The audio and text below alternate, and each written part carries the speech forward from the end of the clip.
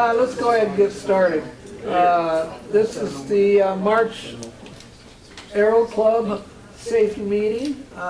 If you didn't know what I was talking about, you're probably in the wrong place. I am Roger Mann, I am the safety officer, and Bob Pierce, which is the guy hiding over here, he's the Aero Club manager. And we got two of our best instructors in the whole world sitting right over here. We got Cliff Schumann and we got Jerry Rollis. They're sitting together. Raise your hands so everybody can see you. Yeah. And let's see, who's hiding around here? Is there anybody else I know? There can't be only people. Well, anyhow, okay. And we do have our mechanic sitting back there in the back in the blue t-shirt. And he's busy writing things down as to what he's going to do next. The sign-in sheet is going around. As a matter of fact, David G. has it right now. And so we can get going here.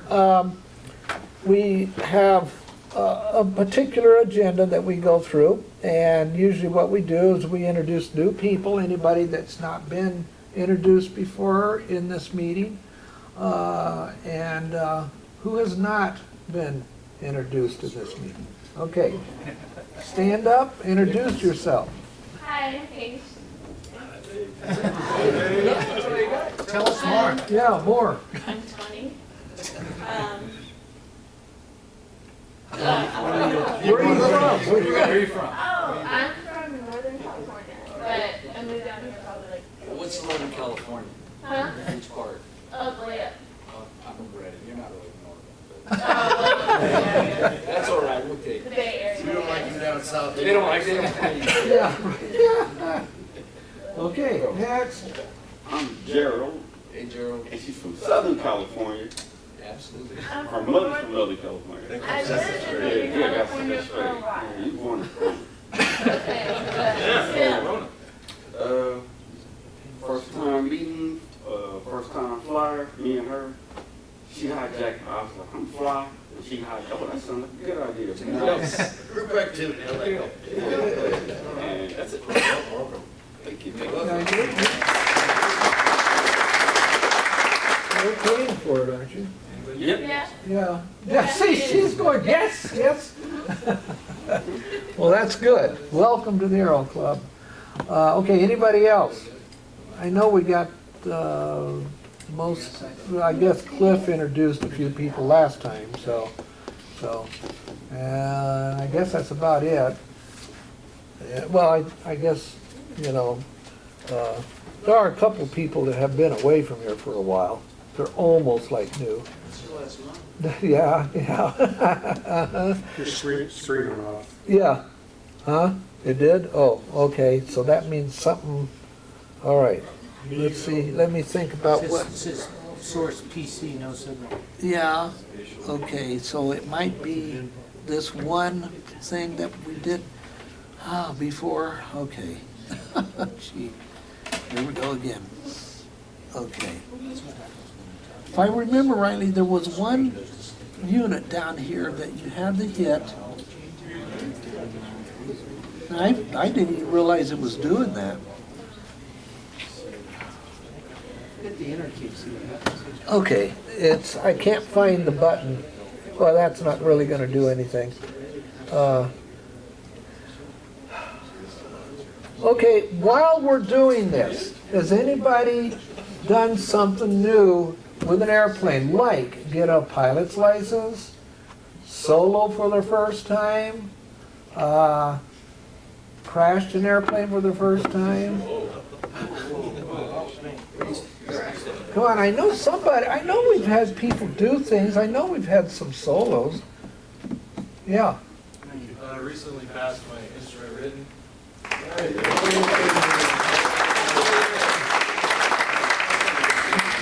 Check reads on the 9th, so prayers for me. See, Rory got a CFI. Rick did, yeah. Yeah, Jason, who, you know, he's one of our flight instructors, and he got his CFII, well, it was about a week ago, wasn't it? Couple weeks. Yeah, yeah, okay. All right, next. Experiences. This is your time to shine. Anything that's taken place, and this doesn't have to be just an Aero Club plane, it can be any airplane. It could be you airline pilots, some kind of something that took place that might be interesting to the rest of the Did you people. mention, and I probably brought this up last month, but my daughter Jennifer just got hired as first officer with Southwest. Somebody's a really good pilot. We finally made it. Okay, let's see what we've got going here. I cannot get it back again. I lost it.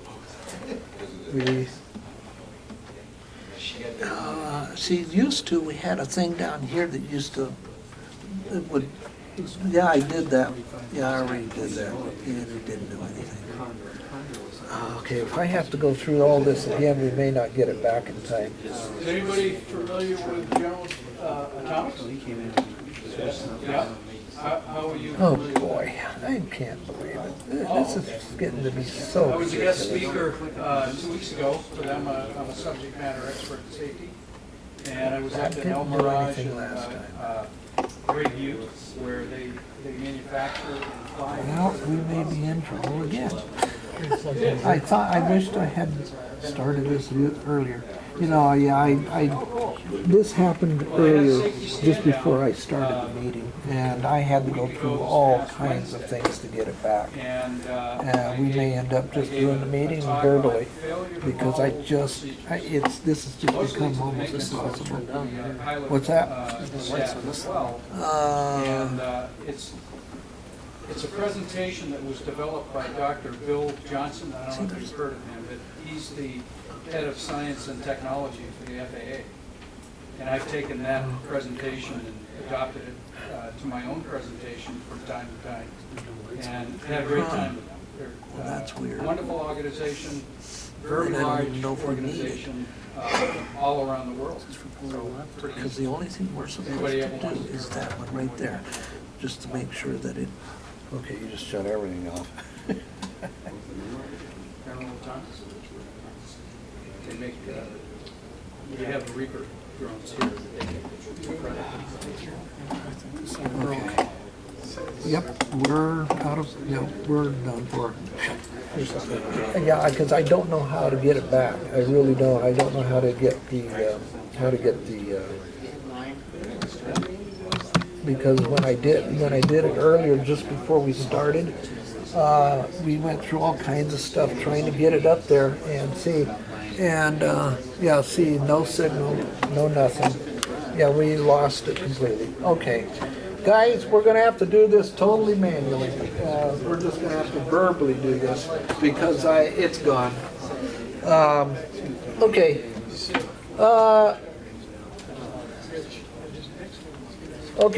What we're gonna be doing, okay, why is this not doing that?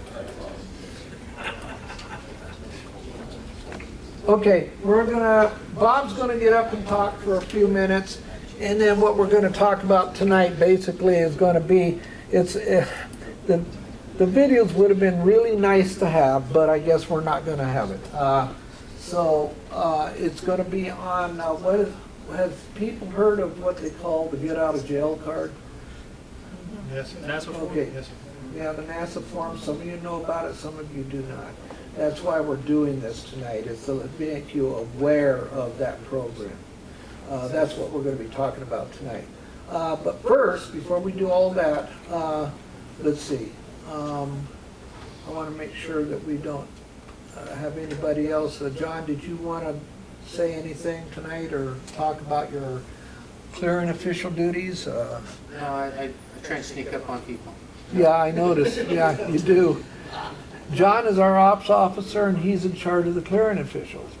And, as soon as you break that 200 flying hour mark, you are literally approached by John as to wanting to make you a clearing official. The nice thing about clearing official is that you can sign your own self off. You don't have to wait for Bob or me or one of the instructors. And you also get to sit at my desk and look through my drawers and see what I hide in there. So believe me, I've had some guys do things in my desk, like one time, you know, those little styrofoam balls that come in boxes where they pack things. Every drawer in my desk was filled with those. I know who did it. It wasn't Jerry Rose. You got the nanny cam in there, don't you? Yeah, yeah, yeah, right. Yeah. So do I. Yeah, I know. Okay, so that's what we, you know, turn officials, it's actually kind of a neat duty. And like I said, you get to sign your own self off, so you don't have to wait for the rest of us to get yourself signed off on that, on the flight plan. Okay, Bob, I guess that's it. Why don't you go ahead? Cliff, did you want to say anything, or Jerry? No, the only thing I'd mention is that, especially for the rest of the instructors, I don't know if Bob's gonna, we're just about done flying with right at the moment. We're probably 9, maybe 10 hours left, and 2 9.5 Foxtrot, so it comes up on the 100 hour. And then we all know about 03 November is still down for a 100 hour plus an engine change. You say you got a check ride on the 25th? Right, and I have a guy scheduled for a check ride for the 25th. Jerry's got one like the 29th. So we've got another student that's we're trying to get him scheduled for a check ride. So we're kind of at that point again where we're maybe down for a few hours. Those check rides in 0 through November or 2 9 Foxtrot? 2 9 Foxtrot. Yeah. 1-5 is just about up to. Or 1-5 Foxtrot. Yeah, it'll be whichever ones are obviously going to be available, you know, right now. But We'll work on it. That 1-5 should be up here soon. It would be good for you if you want to take a student, take a cross country off or something, break in. Really help out. I don't want any students in any of the break-ins. We're gonna do 5 hours here, and then we'll put it back online like we did on Tuesday. Yeah, okay. I appreciate it. Not even on a dual? Your service. I just don't trust new engines. Don't trust new engines. Okay, first item is aircraft cleaning again. I've mentioned this in the past. Guys, we're a club, and if you see oil on the belly, please wipe it off. We got plenty of stuff. If you come in, just don't bring in the empty, the jug. Say that we need stuff and I'll fill it up, but there's, I think I just have one that's still sitting inside full. I took one out last weekend before I took Friday off. Maintenance, we just covered 2 9 Foxtrots for 100 hour, 15 Foxtrot. David's working on that one. 555 ordered a kit for the T-34 guys. It's the plunger, the springs, and the seat. It's a kit for the oil pump. So whether we'd like to really try and put a direct gauge on that thing and see if the direct gauge is given the oil pressure that we really aren't reading correctly, maybe on that electronic meter that's in the electric meter. So we want to put a direct gauge on that. So we'll have to work on that a little bit. I'll talk about losses this past month because we're down to 1 airplane. That was in June. We were closed for 2 weeks because of the F-16 crash. And last month we were about down $8,000. Hoping somewhere along the line, once we get another aircraft up, we'll be able to have more scheduling for the aircraft and we can make up some of the losses. So by the end of the year, we may be in the plus. We're not really sure, but we're doing a lot more maintenance on the aircraft, what have you. As far as funding is concerned, remember the Aero Club gets no funding from the Air Force, gets no funding from Congress. We are self-supported. And that means that what we save and what we do here comes out of our own pocket and out of services. Services is a non-funded organization, and everybody contributes to the pot, and from that pot, we get money to take and help sustain us through contracts for whether it be gas, whether it be an engine, whether it be parts, and then at the end of the month, that comes back out of what we make for the Aero Club, just to kind of give you a rundown of how things operate with the clubs. Credit cards, we're still having some issues. Remember on the credit card, we have a little gal sitting over there by the computer. Look on it, be sure and put the invoice number on, And some people are forgetting that 3-digit or 4-digit code, whatever it is. Basically, it's a 3-digit code. We don't take American Express, and it's because the fees are too high, even though it's legal, and that has a 4-digit. But basically, the credit card's 3-digit, and it goes into the authorization blank of that credit card slip. So help Roger and myself out. I had to do research when I was putting the work with Roger in the hospital last month. And sometimes it's kind of hard to find that 3-digit code because the credit card may not match on the credit card slip you're looking from the previous 2 or 3 weeks. Fire hose. I want to talk about the fire hose. We're missing a fire extinguisher at the gas pump. Nobody knows what happened to it. I've left 4 phone calls. But not only the fire chief, the assistant fire chief, safety officer of the fire department, and nobody wants to talk to me. So I guess tomorrow what I'm going to do, I'm going to get in the truck and I'm going to drive down to the fire department and find out where the fire extinguisher is, because we need one at the fire pump. Yes, sir. I can help you with that. I got a connection with fire extinguishers, so I can help you. It's one of the green bottles. They came by, I guess, last Friday, and we're exchanging them. And that somewhere along the All line, you have to do, Bob, is go down on the ready line, they're on the ready line, check the date, and make sure you got. there are only 3 on the ready line. There's 2 by the 2 fire extinguishers on the roadway. Tags. Yeah, they didn't have their 2019 annual tags, so they've been taking them and then putting them on, bringing them back. Yeah. Well, if you can research that, just keep me posted, I'd really appreciate that. But we do need one up there. We used to have about 8. We had 8 fire extinguishers at one time on our flat line, along with chocks for 10 airplanes on the flat line. We're down to the minimum. They just seem to disappear. And all the flight chocks that were in front of the truck that were parked there for months, once McCord got here, they all disappeared overnight. We haven't found them yet. So we're still looking. GI once, don't you know how that works? It's like the Marine Corps. If we need something, we just take it. I have to tell you a story. I was in the Philippines. A ship went down to Madagascar in the Indian Ocean. It was the first carrier to go down into the ocean doing some survey work. And I ended up staying back with the detachment, flying an airplane every morning through the Philippines, which was really a lot of fun and what have you. But when they got back in the Quonset hut, there were 1 A3D and 2 A4s to make room for the carrier deck. And the Marine Corps had come in from Mag 3 after being deployed for a period of time, and they started targeting it to the Philippines. So when the ship comes in and the guys go and check the airplane, there'd be a piece of tape in the wheel well that says, this part is missing.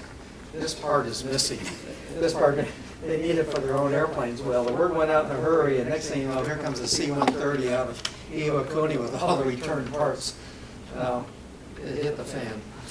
I hope that doesn't happen here. Going back to the fire hose. When we reel it in, we want the nozzle down if you put all of the fittings through the 2 rollers. Don't try and wind it around and stick it like we used to do on the steel pipe that elbow that comes up to the pump and the meter. Just let it go straight in and then hang it straight down. That's going to be easier on the hose, and it's going to last for quite a long time. Once we start cranking the hose, we end up getting a weak hose, and that's what happened last time, and the next thing was leaking like a sieve. Don't forget to use the pads on the wings, because we have a square nozzle now, and if you just let it rest on the wing, we're going to scratch and we're going to deteriorate the wings, and we'll have to start doing some patching and Bondo. So use the little vegetable pad or the sink pad that I bought. It will work. There's a hole cut out, especially on the T41s. Put it up on the wing, put the nozzle on it. You can rest it on that without holding it. T34 is a little bit different. You can hold it like I do on my aircraft, and that will help us out in maintenance. Appreciate it.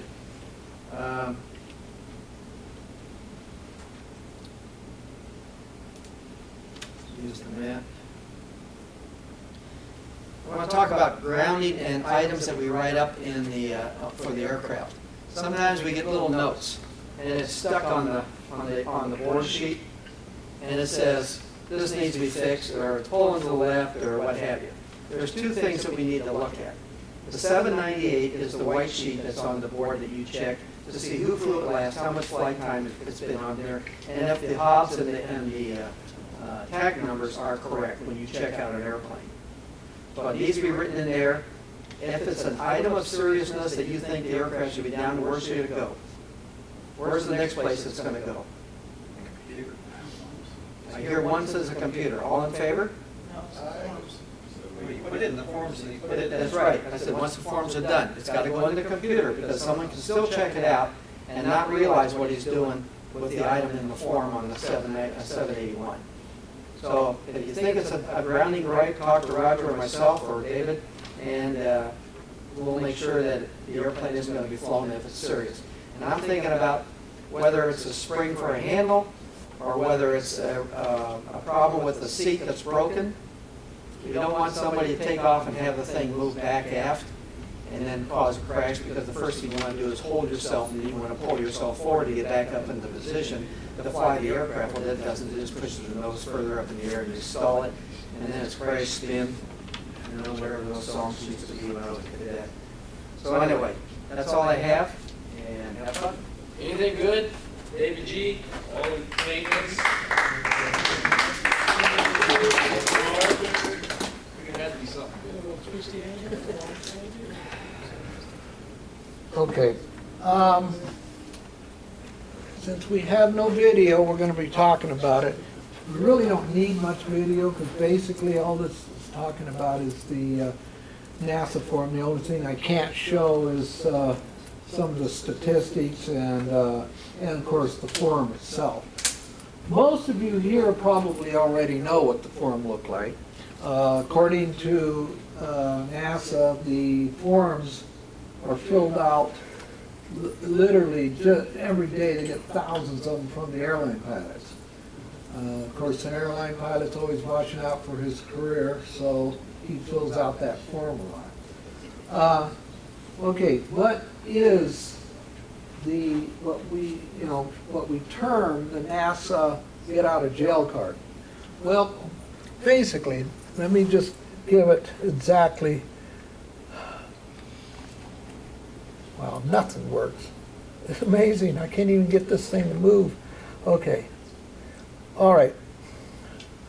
What this is a program that actually was started a number of years ago by the FAA, and what they wanted to do is try to get some kind of a big picture as to what were some of the safety issues that were going on out there. In other words, accidents, why accidents were being were happening, and they wanted to know the trends. They wanted to know why, because there's, even though NTSB goes in and investigates accidents and they do their investigation, they try to find out, why this guy ran into the side of a mountain.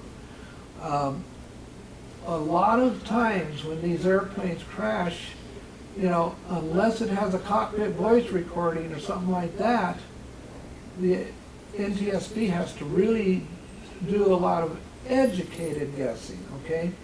Now, I don't know how many here remember that the crash investigation school used to be over at Norton Air Force Base. And it was kind of interesting because when you drove by it, here was all these airplanes out there in pieces. I remember the T-38 that there was the tail section sitting out there, and the rest of the plane was all all over the place. My guess was he came in and hit the tail first and went like that. I don't know if that's what happened or not, but I'm sure that a lot of students that went through that school learned what happened. I've known a couple of people that have gone through that school, and I would have loved to have done it. I would have loved it. It would have been neat. But anyhow, FAA wanted to do some kind of a program because, believe it or not, at least there are at least some people that are in the FAA that don't want to go out and just burn people, just want to write them up and take their tickets away. They really do want to help out a pilot.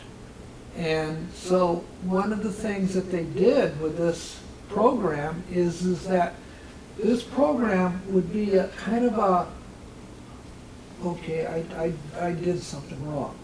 Okay, that's what the program was about. Okay, write about it and tell us what it is you did wrong and why you got into that situation. And so of course, the FAA and of course us as pilots would sit there and kind of go, okay, you're the FAA. You know, you're the law enforcement person who will take our tickets away. So they had to bring in somebody else that was a third party, somebody who had nothing to do with aviation in terms of authority. So what did they? They picked NASA. NASA was the agency that they chose, and actually NASA volunteered to do it because NASA was integrated into it to be the agency that would receive these reports, and they had total control over it, not the FAA. The FAA does not get anything about who you are, what your N number is, or anything. And so the program got started, and some of you have been in some safety meetings with me here where I've taken what is called a callback.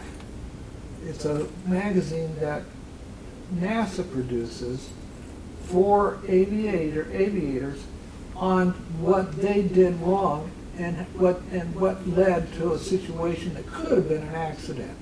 In some cases there were accidents, but they walked away. But usually not. Usually it's where they almost got into an accident. And it come to find out that this program really has worked very, very well. I love it because it's so neat. You can subscribe to it. Now I don't, it's not up there because I can't show it to you, but if you need to know who to get a hold of, I can show it to you. But what's so neat about the program is that they made it so that they gave us a little incentive behind it.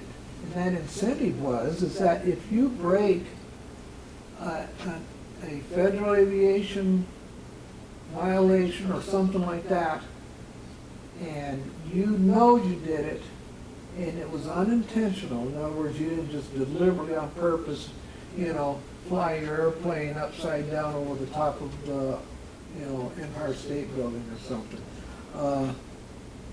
then you think you might get violated because of it, then you can fill this form out and you can send this to NASA, and you got to do it within so many days.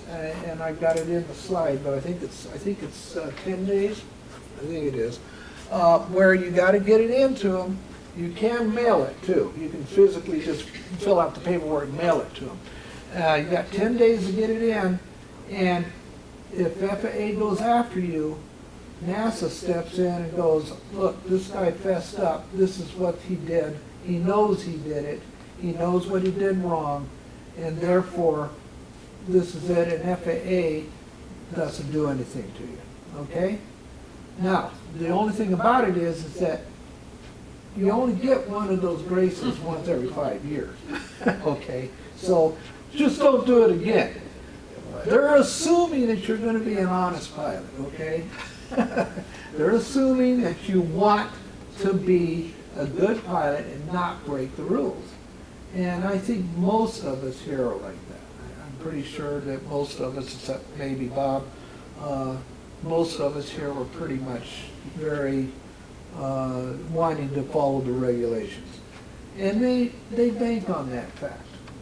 And the guys who don't, you know, they're going to get caught anyhow. Or at least we hope they do. Us guys like Bob and I and Cliff, who are wings qualified people, that's what we are supposed to be watching out for, is watching for things like that. And so this program is actually really, it's amazing because, believe it or not, you know, our government did bring this program out, and I think it's probably one of the best programs that's ever come out. A lot of the pilots in general aviation tend to not turn in anything though, and that's one of their biggest problems. In this article that I read, which is the FAA Safety Magazine, the problem is these guys will they're afraid to do anything. They're afraid to turn it in. because they think they're gonna get in trouble. Believe me, NASA has done great lengths to make sure that your name is not known by the FAA whatsoever. It is very, I mean, it's under, you know how you protect your social security number or your credit card. They treat that incident the same way. But they will publish it. They will publish it, but it'll be under anonymous. Yeah, it's de-identified. That's the word, de-identified. For those of you who remember, I have shown you some of the accidents that have taken place through this program. And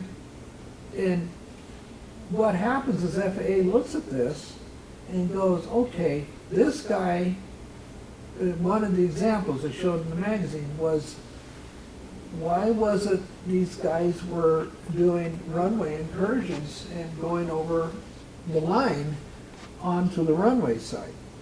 And there was, I mean, there's been hundreds and hundreds and hundreds of them. And so they went to the NASA reports, and in the NASA reports, they finally, by studying all the ones that came in by guys who did do this, they realized that 90% of it was doing this, tuning the radios, especially the guys who have the GPS. They're sitting there playing around with it for the takeoff, or Garmin's 1000 airplane, which Civil Air Patrol has, and trying to figure out how to do this thing. And that's what they came out with. So now they're doing a safety program in not looking heads down, but trying to keep, do your stuff way ahead of time. Don't wait until you're taxiing out. I know you get in a big hurry, but that's one of those things you've got to keep cognizant of. Why does somebody just run into a mountainside who, the mountain's been there, a lot longer than we have, and yet they still run into a mountain like the one in Las Vegas that we had a Civil Air Patrol airplane run into? They get their information from those who didn't run into the mountain and fessed up to it. NASA is really wanting to get people in general aviation to turn in more. Only 16,000 get turned in a year versus the 50 or 60,000 from an airline. Now, obviously, an airline pilot is concerned, he doesn't want to lose his job, he doesn't want to get grounded because I know several pilots I flew with in the Air Force that turned them in every single time they flew. Every single time they flew. You can turn in men as many times as you want, okay? The only restriction is if you turn one in and you are graced by FAA, then it's 5 years. Yeah. It's also, these self-reporting systems are great ways to fix problems. We used to have a problem at Las Vegas McCarran where you get cleared for a night visual to 25 left, 25 left. Yeah. And we had an airplane at my airline that was going in there VFR at night, cleared for the visual. It's coming in from the southeast. He cut the corner to the final approach and had a terrain event with a mountain out there that's just southeast of the airport. He climbed up, didn't hit anything obviously. Yeah. Corrected over to the final approach. When he filled out an ASAP report, which is the airline version of what you're talking about, they realized that we don't want to do that anymore. Yeah. So they stopped clearing people for night visuals from that direction. Yeah. They got you over on the localizer, on final, and then cleared you for the visual. Yeah. So they corrected a problem before it got any Got worse. any We worse. would have never known about it had that guy had not reported. Exactly. And that's one of those things that both FAA and NTSB and our NASA is saying. I mean, they're and several safety organizations, they're saying, you guys, come on, let's get, let's do something. Let's get general aviation into this picture too. And that's a perfect example. Cliff. Just for those that are looking for it, since his computer's not up, The website is asrs.arc.nasa.gov. And the nice thing about it is in the very top left-hand corner, there's a blue and green box. And it says subscribe to callback. It's all automatic. You just put your email address, and once a month they send you an email with the latest callback newsletter. And it's, like I said, it's great. There's a lot of things that I've found over the years that, it was like, hey, I've seen that, myself, either in training or myself, do some kind of dumbass mistake, and, I survived by it, and so people go in there and they'll put them in there, and so we can all learn from each other. And it's easy to do. Like I said, if you just go to that website, it's one click and you're in, and then every month you'll get the callback sheet. I get that. But wasn't it last? Well, I got it right here too, and I can show it to you, because I do have the screen working on here. Wasn't it last month you were going to talk to the FAA about the ASAP program? Yeah, and I did talk to our guys. We have a quarterly meeting for the FAST team, Right. and this was one of the things that we brought up this last time, was trying to get more people involved in the callback. It's like, Roger said, in the airlines, we all know about it. And we did, before we had ASAP, we just had this. So now the airlines said, hey, that's such a great idea, we're doing our own for each of the companies, but we still do this one. But we're trying to get more general aviation to use this. Exactly. That's what's happening. The FAA is encouraging the ASAP program now. It was always there for the airlines. The airlines were using it. Now it's available to corporate, general aviation, business aviation. And it's going to eventually, I don't know if they talked about this, but it's going to replace the NASA. Right. So, We read that report, and that closes the loop, when Yes. you Yeah. callback. Yeah. It closes the loop, and you're beginning to learn from mistakes you haven't even made yet. Yes. And hopefully you won't make them. And, and that's the neat thing, is because, for all of us, how many times have we started to do something, or something started to happen, and all of a sudden in the back of your mind, you go, hey, I read about this. Dizzy altitude for me is one of those, because most of the time we're all, down here in the flatlands, right, and, coastal, but then you get up someplace like Denver, Colorado, density altitude starts getting really high, and it's a whole different ballgame of how to operate up there, especially in single-engine piston aircraft. So I remember coming in one time and, things weren't looking well. In the back of my mind, it's like, I remember this, and it was a callback where the same thing happened to a guy, and he waited, and the last minute tried to go around, and guess what? He couldn't go around. And, so it just reminded me, hey, I'm gonna get myself situated on final, so that I don't have to try to go around at a dizzy altitude of 6,000, 7,000, 8,000 feet. What ASAP stands for is Aviation Safety Action Plan. And I talked about this at the last meeting. This goes deeper. What the FAA, decisions are made by collecting data. And that's what the FAA wants to do. They want to collect the data from these reports, and there's another program called SIAS. Because there's 5,194 airports with paved runways in this country. Yet there's only 500 airports that the airlines go to. Because the airlines have been putting in data points for years and years and years, all the way back to the 80s. The FAA has that information to be able to put the current amount is $1.3 billion they're going to put towards airports around the country. But the majority of the monies are going to the 500 airports that the airlines go to. They're not going to the 4,700 other airports with poor signage, lines that aren't painted, should be repainted. All of that stuff is what they're trying to collect data on. They're encouraging general aviation to participate in. Yeah. So And that's the emphasis. And that's the one big thing, it's not just only an incident takes place where you almost crash an airplane or whatever, it's also just plain safety.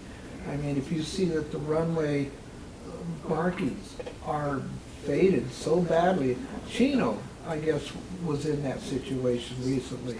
Yeah, matter of fact, it was one of the FAST program meetings that Bob and I were at. That was one of the big things that came up.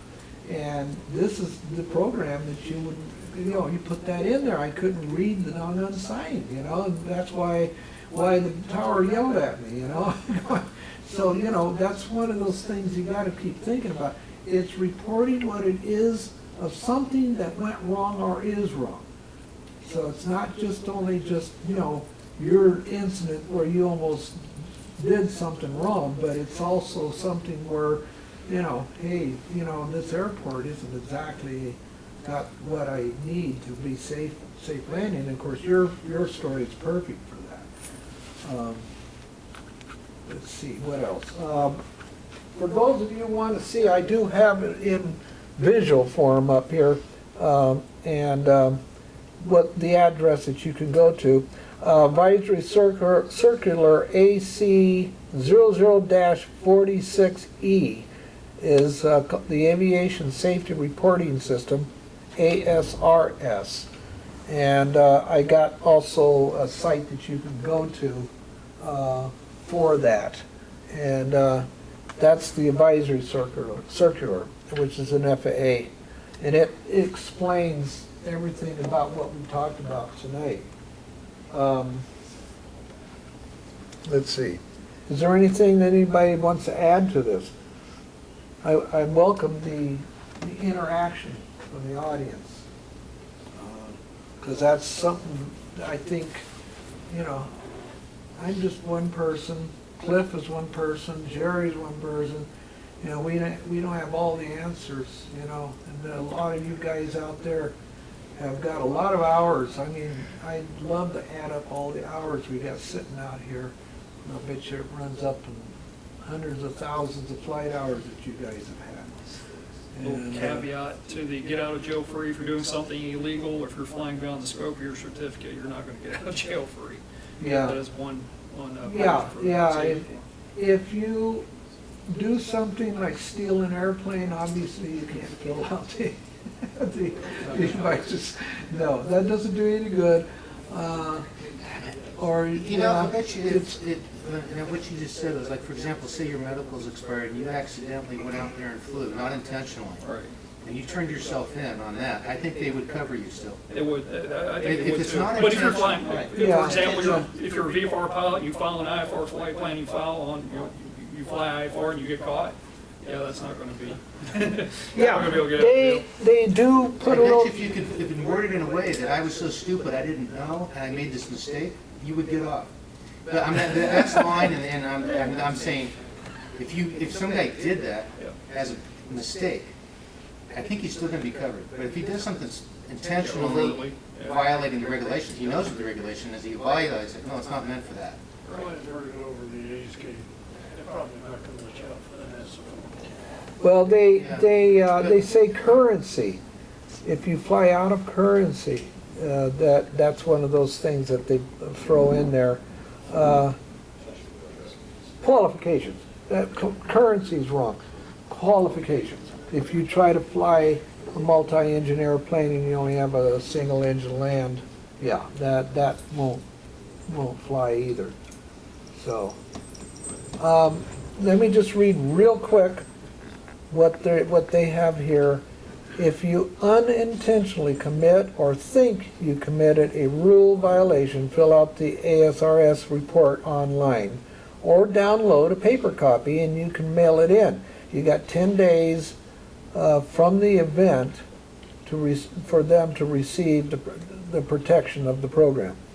And of course you put your name, address, phone number, and detailed description of what happened. NASA needs your contact details to send you an ID strip. The ID strip is your proof of submission. It's what you need to present to the FAA for the waiver. NASA does not keep a copy of the ID strip. The information you provide is not used against you. However, you cannot use the protections for an accident or a criminal act. To be eligible for the waiver of sanctions, the event must be unintentional and cannot be due to inadequate qualifications. You can exercise this waiver only once in a 5-year period. If 2 pilots are involved, each submits a report and each gets an ID strip. Are we also talking about somebody just busted through Class B airspace or something?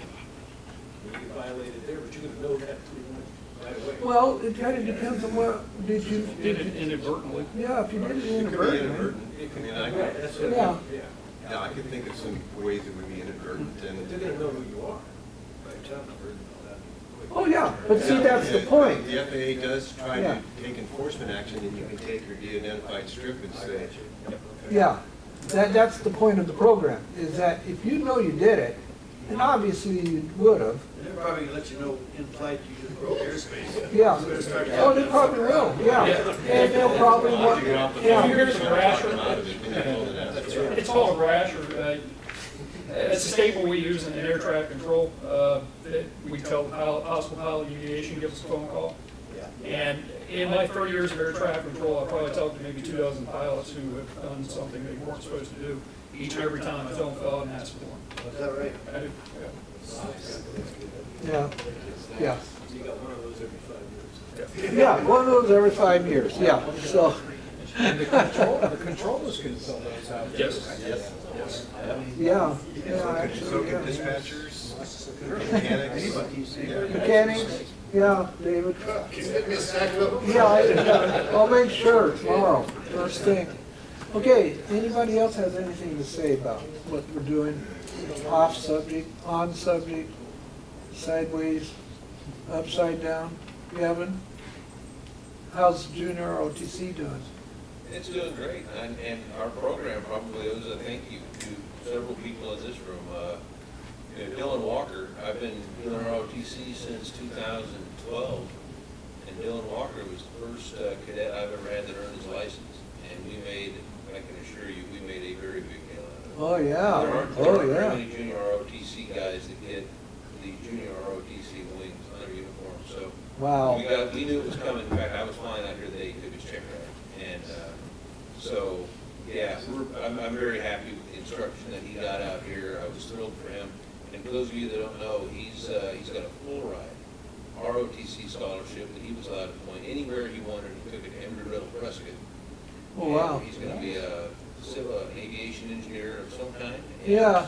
wants everything to be an Air Force pilot. So this program did a great job for him. He's a great kid, so I wasn't going to say anything since you called on me. That's been on my mind. Well, that's why, because you've been sitting there so silent, and I know, Gavin, you need to. Just an update on one of our members, Lieutenant Terry Mossberg, is started flight school last Friday at Vance Air Force Base. Yeah. So he is officially in the program, and is a second lieutenant now. Yeah, right. Yeah. That's, and it's so funny, I flew with his dad, you know, for many years. Yeah. Now, again, some people may think he went backwards because he went from being a master sergeant Yeah. to being a second lieutenant, But, still, yeah, still, but he's in yeah. flight school now. Yeah. Yeah. Okay, anybody else? That's it? Holy smoke, man. I guess we're getting out early. Gosh, I can't do that. I gotta get you guys out here late. You owe us a few minutes. Do I? Okay, all right. Okay, if you haven't signed in, the sheet is out there somewhere. Yeah, sign in and make sure you do it. Next meeting's the, 20th of August, yeah. 21st. It's a third Tuesday. 13th. Third, no, can't be. Can't be that early. I'm sorry. No, it needs to be in the 20th. Yeah.